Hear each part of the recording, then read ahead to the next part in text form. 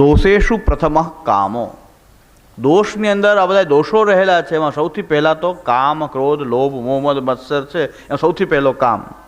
દોષેષુ પ્રથમ કામો, એ કામનું વિવેચન કરીને એનું વિસ્તારથી એનું નિરૂપણ કરવામાં આવે છે. વિનિરૂપ્યતે,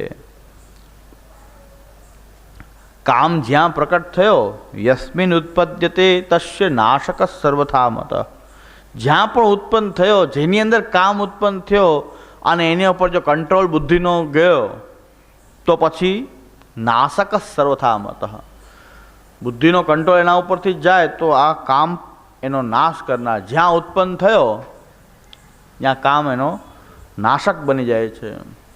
આ કામ કેવો છે?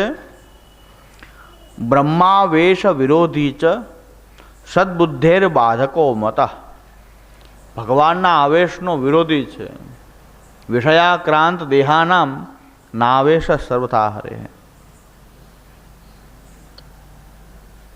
વિષયનો જો આવેશ થાય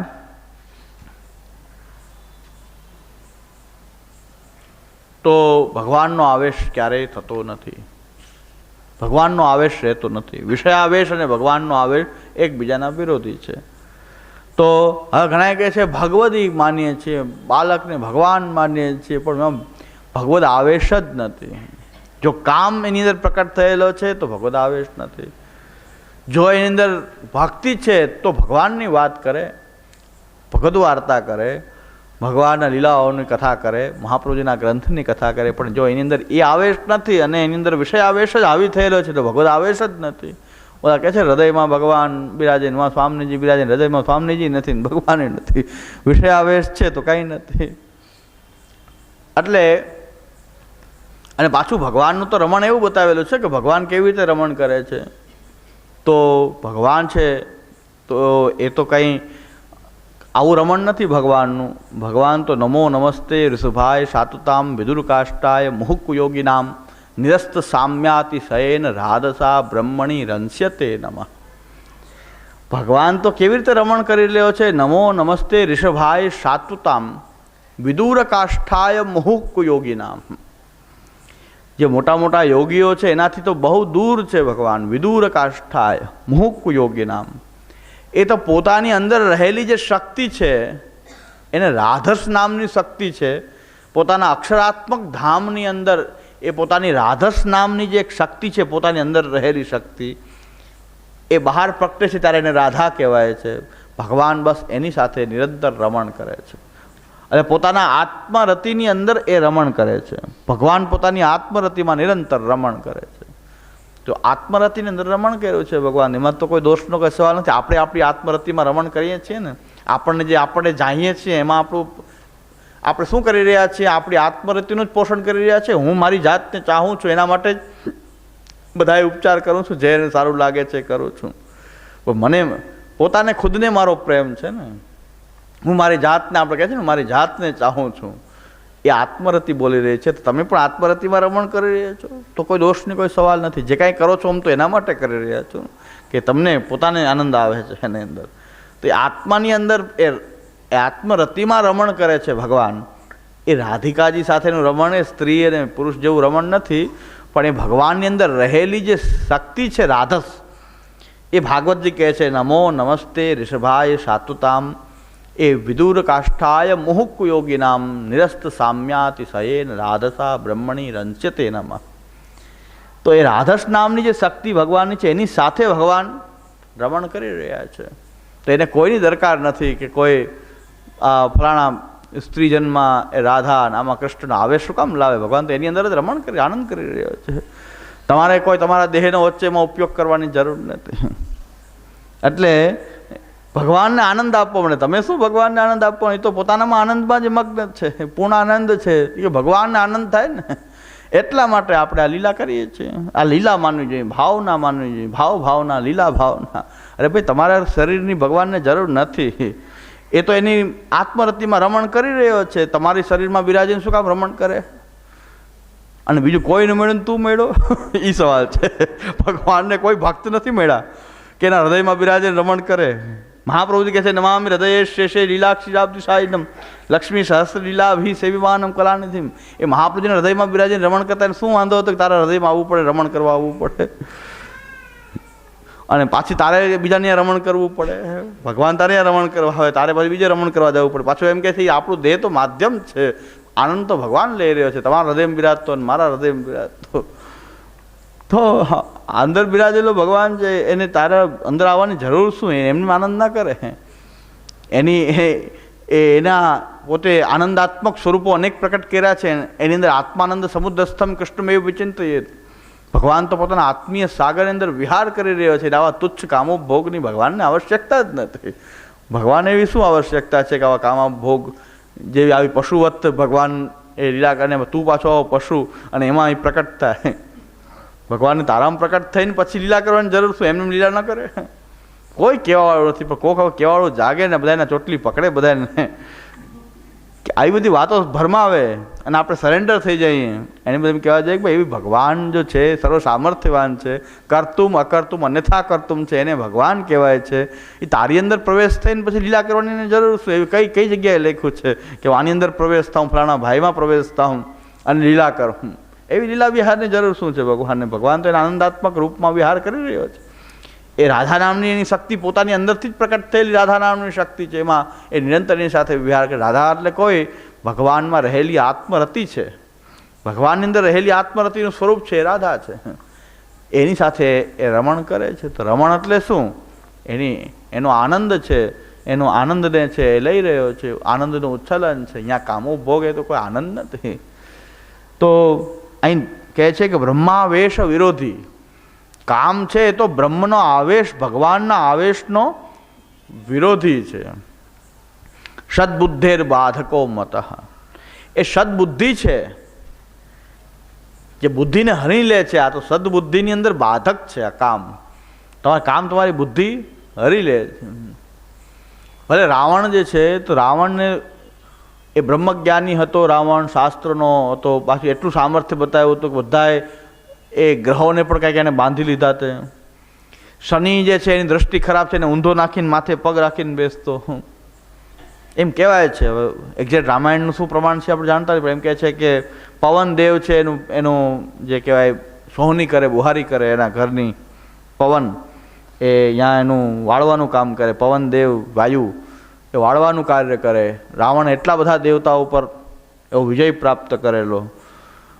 પછી વરુણ દેવતા આવીને જલ ભરી દે. જેમ બધું કાર્ય દેવતાઓ કરી દે એટલો સામર્થ્યવાન રાવણ હતો. પણ રાવણની બુદ્ધિ ફર્સ્ટ એક કામની અંદર હરાણી છે, સીતાજીની અંદર મોહિત થયો અને આખા કુલ સહિત લંકાનો વિનાશ થયો. ભલે તો લીલાનો પાર્ટ છે, પણ બાહ્ય દ્રષ્ટિથી જોઈએ તો મૂળ તો કામ જ એને નાશનું કારણ બીજું કોઈ નહોતું કામ. બાકી તો કોઈ પણ રીતે કોઈ એને એટલો બલવાન હતો અને બ્રહ્મજ્ઞાની પણ હતો, શાસ્ત્રોનો પણ જ્ઞાતા હતો અને મહાન યોદ્ધા પણ હતો.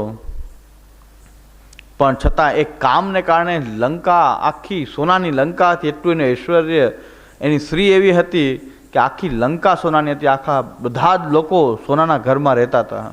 કેટલી સંપદા હતી. પણ એક સીતાજીની અંદર એ મોહિત થયો અને એને મેળવવાની કોશિશ કરી. એમાં એવું ખરાબ બધાએ સમજાયો પણ કોઈથી સમજાય નહીં. કુંભકર્ણને સમજાયો કે આ કોની સાથે વેર કરી રહ્યા છો તમે? ખાલી એક આ સ્ત્રીને કે સીતાજી કોણ છે એની સાથે એને તમે મેળવવા માટે આ બધું કરી રહ્યા છો. કુલનો નાશ થશે આનાથી. રાવણ સમજો નહીં. રાવણ કે જે કાંઈ સલાહ દેવા જાય બધા એને કે હટો જાઓ, તમારે મને સાથ ન દેવો હોય તો ન દો, પણ હું તો એકલો જ કાપી છું બધા માટે. તો રાવણનો નાશ મૂળ તો કામમાંથી જ થયો છે કે નહીં તો લંકાનો કોઈ નાશ થવાનું. શનિ જે છે એની દ્રષ્ટિ ખરાબ, જેની દ્રષ્ટિ પડે એનો નાશ થાય. શનિની દ્રષ્ટિ એવી. હવે આ કેવા, હવે એક્ઝેક્ટ રામાયણ આપણે જોઈને આને પ્રમાણ નથી આપી શકતા, પણ એમ કહે છે કે જ્યાં સુધી શનિ ઉલટો હતો ત્યાં સુધી રાવણનો અંત આવે એમ ન હતો. પછી નારદજી તો ભગવાનના સેવક છે એ આવ્યા અને નારદજીએ રાવણને એમ કહ્યું કે તમે આટલા બધા બળવાન છો, નવે ગ્રહને બાંધી દીધા છે બધાને. ગ્રહ એ કેમ ચાલે. પછી વાયુ જે છે આ રીતે એની સેવા ચાકરી કરે, વરુણ જે છે જલ ભરી જાય, બધા દેવતાઓને એટલા વશ કરી લીધા છે કે બધા દેવતાઓ પણ રાવણથી બધા એના વશમાં જ છે. હવે આનો અંત આવે કેમ? તો નારદજી પણ ભગવત સેવક તો છે ને, ભગવાનને ઓછો શ્રમ પડે. રાવણ પાસે નારદજી આવ્યા. નારદજીએ રાવણને એમ કહ્યું કે તમે બધા કોઈથી ડરતા નથી, પણ એક શનિથી ડરો છો એવું લાગે છે. કે હું કોઈથી ડરું? આર્યો પગમાં શનિ, પગમાં પડ્યો છે શનિ, એના ઉપર પગ રાખીને તો હું રહું છું, ઊંધો નાખ્યો છું. કે બસ એને સીધો કરો ને જો તાકાત હોય તો. ઊંધો શું કામ રાખ્યો છે? સીધો કર્યો ને દ્રષ્ટિ રાવણ ઉપર કઈ, ત્યારથી રાવણનું પતન. હવે આવું કહે છે, એક્ઝેક્ટ રામાયણમાંનું પ્રમાણ છે કે હું કહી શકતો નથી અત્યારે તો. આવી વાત કહે છે કે નારદજીએ ખાલી આટલું કરીને શનિને સીધો કરાવ્યો, પછી રાવણ ગયો. ઠાકોરજીનું કામ સરળ થઈ ગયું, કારણ કે શનિની દ્રષ્ટિ પડે એનો નાશ થાય. શનિ જે સ્થાનમાં હોય એ ખરાબ નથી, પણ જ્યાં દ્રષ્ટિ કરે ને એ સ્થાનને એ મારે. રાવણ ઉપર સીધી દ્રષ્ટિ આવી શનિની. રાવણને કીધું એવો હું તો પરાક્રમી છું કે શનિને જો આ ઊંધો નાખ્યો. નારદજી કીધું ઊંધો નાખ્યો ને એ જ છે, બહુ બોલવાનો તો કરો ને સીધો. આ કર્યો કર્યો એટલે રાવણ એકોહમ દ્વિતીયો નસ્તી ન ભૂતો ન ભવિષ્યથી. તો એ આ પ્રકારે બસ નારદજી એટલું કે અંતર ધ્યાન થઈ ગયા. એટલું કાર્ય હવે જાઓ. એટલે પછી રાવણનો અંત કરે. રાવણ એટલો સામર્થ્યવાન હતો, પણ કામના દુર્ગુણથી જ નાશ થયો. બીજો કોઈ દુર્ગુણ કામ ને પ્રગટ થયો. એટલે બ્રહ્માવેશ વિરોધી ચ સદબુદ્ધેર બાધકો મત. તો બ્રહ્માવેશનો વિરોધી અને સદબુદ્ધિ બાધક છે આ કામ. સત્કર્મ નાશક. સારા કર્મો હોય, ગમે એટલા સારા કર્મ, પણ કામને કારણે નાશ થઈ જાય. સારા કર્મોનો પણ નાશ થઈ જાય. સર્વ પ્રાકૃતાશક્તિ સાધક. અને કામને કારણે શું થાય છે? સતત પ્રાકૃતાશક્તિ થાય, લૌકિકાશક્તિ જ વધે. પછી લૌકિકાશક્તિ વધતી જ જાય. એટલે લૌકિકાશક્તિ વધે તો પછી ભગવદ આશક્તિ કે ભગવત પ્રેમ કે ભક્તિ જે છે એનો આવેશ ક્યારે રહે જ નહીં. કામને કારણે લૌકિકાશક્તિ વધતી જાય. કામ જેના હૃદયમાં રહેલો હોય એ કેવો છે? ચિત્તા શુદ્ધિ નિદાનત્વાદ. કામ જે રહેલો છે એ ચિત્તમાં જે અશુદ્ધિ છે એનું નિદાન થઈ જાય છે. કે કામ જેના અંદર રહેલું છે, ચિત્ત કેટલું અશુદ્ધ છે એ કામથી ખબર પડી જાય. એની કામવૃત્તિને કારણે, કામુક વૃત્તિને કારણે ખબર પડી જાય કે ચિત્ત કેટલું અશુદ્ધ છે એનું. તો ચિત્તની શુદ્ધિ કે અશુદ્ધિનું નિદાન જે છે કામથી થાય છે. અને એ ચિત્તમાં ઉત્પન્ન થવાથી જ્ઞાનનો નાશ કરનાર. ચિત્ત ઉત્પત્તૌ ચ બાધક. જ્ઞાન ઉત્પત્તિની અંદર એ પાછો બાધક છે. કામ છે, જ્ઞાન થવા દેતો નથી.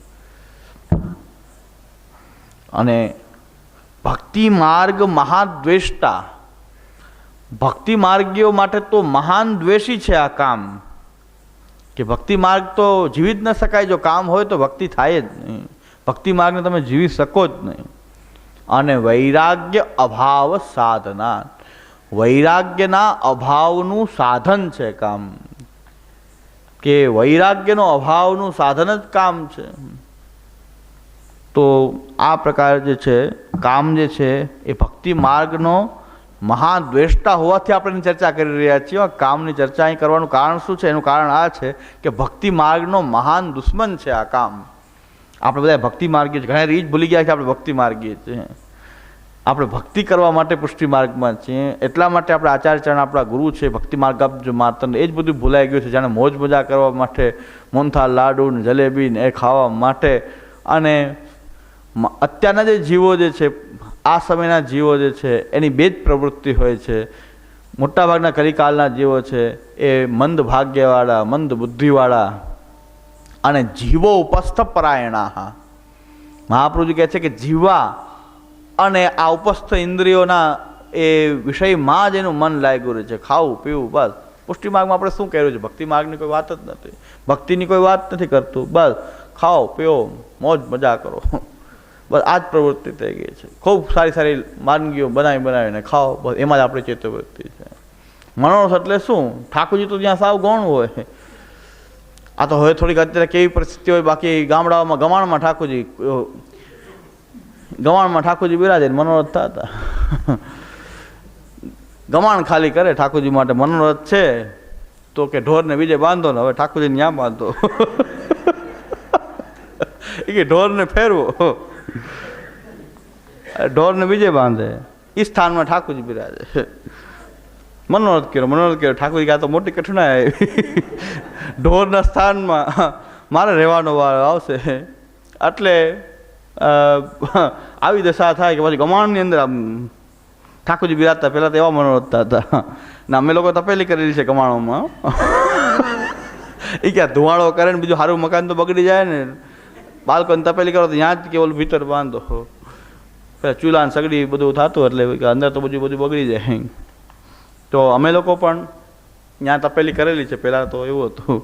હવે તપેલી જ બંધ કરેલી, આ કઠણાઈ બંધ થઈ કે ઢોર ત્યાં ભોજન કરતા અહીંયા આપણે કરવું, આપણને બાંધા આજે એમ. અને આપણને વસો તો ન હોય, ઠાકોરજી બંધાણા હોય તો. ઠાકોરજી બાંધ્યા તો આપણે તેના દાસ કહેવાય ને, આપણે બંધાયમાં તો કંઈ વાંધો નથી. પણ ઢોરનું સ્થાન ખાલી કરીને ત્યાં ઠાકોરજી પધરાવતા અને મનોરથ થતા. મનોરથમાં કરવાનું શું, બીજું શું હોય? ઠાકોરજીના સુખનો તો ત્યાં વિચાર બિલકુલ હોતો જ નથી. નામ માત્ર ત્યાં હોતો નથી. ફક્ત બસ ખાવું પીવું મોજ મજા કરવી, એ મનોરથ. બીજું શું? મનને આનંદ આપીએ આપણે, ઠાકોરજીને નહીં. ઠાકોરજીને તો મહાન કઠણાઈ પડે. પછી લોકોને બસ જીવો પસ્ત પરાયણા. ત્યાં કોણ ભેગા થાય? બધા જીવાના સ્વાદને વસીભૂત થનારા લોકો ભેગા થાય. અને પછી એનું પરિણામ શું આવે? પછી મેં કીધું જે ઓળખાણ ત્યાંથી જ થાય. સંગાત સંજાય તે કામાત કોધો બી જાય તે કુદાત ભવતી સમો મનોરથો મળ્યા. કારણ કે ત્યાં એવો વિષય આવેશ જ પ્રકટ થયો છે, એના કારણે પરસ્પર ઓળખાણ થઈ રહી છે. પછી એકબીજાને ઘરે આવવાનું શરૂ થાય. ઘરે આવજો ને ટૂંક લેજો ને ફલાણું કરજો. સંગાત સંજાય તે કામાત ક્રોધો જાય તે ક્રોધાત ભવતી સમોહ. એ સમૂહાત સ્મૃતિ વિભ્રમ સ્મૃતિ વંશાત બુદ્ધિનાશો બુદ્ધિનાશાત પ્રણસ્યથી. નાશની શરૂઆત થઈ ગઈ. તો મનોરથથી થયું શું? ભક્તિ વધી. ત્યાં ભક્તિની ચર્ચા થઈ ક્યારેય? બસ આ જ થયું, આ જ મનોરથોમાં થયું. એટલે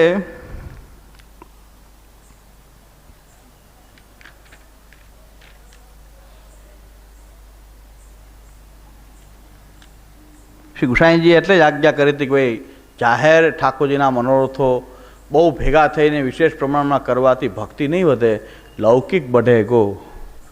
શ્રી ગુસાઈજી આજ્ઞા કરે આવું બધું કરવાથી લૌકિક બઢશે. ઠાકોરજી નામના મનોરથો થવા માંડ્યા. ખૂબ જાહેર મનોરથ એવા થવા જોઈએ કે આપણે આપણા ઠાકોરજી કોઈને એમાં ખબર પડવાની કાંઈ આવશ્યકતા નહીં, એવા મનોરથ થવા જોઈએ. ઠાકોરજી આપણે ત્યાં વિરાજ, એના ભોગતા છે ઠાકોરજી, તો એનાથી ભક્તિ વધશે. પણ મનોરથો આ પ્રમાણમાં થવા માંડ્યા, એનાથી તો ભક્તિ ન વધી, પણ લૌકિક આવેશ હોય તો લૌકિક બઢેગો. ગુસાઈજીને ડર હતો, લૌકિક બઢેગો. શ્રી ગુસાઈજીના વચન કાંઈ મિથ્યા થવાના છે? ગુસાઈજી આજ્ઞા આપણને ચેતવણી આપી હતી, આ રીતે મનોરથ કરવાથી તો લૌકિક વધશે, ભક્તિ નહીં વધે, ભક્તિ તો નાશ પામશે. એવું જ થઈ ગયું બધું. શ્રી ગુસાઈજી રોકતા હતા, 7 બાળકોને રોક્યા કે શ્રીનાથજીની આજ્ઞા છે પણ તોય હજી આ જો પ્રથા થઈ જશે તો લૌકિક બઢેગો.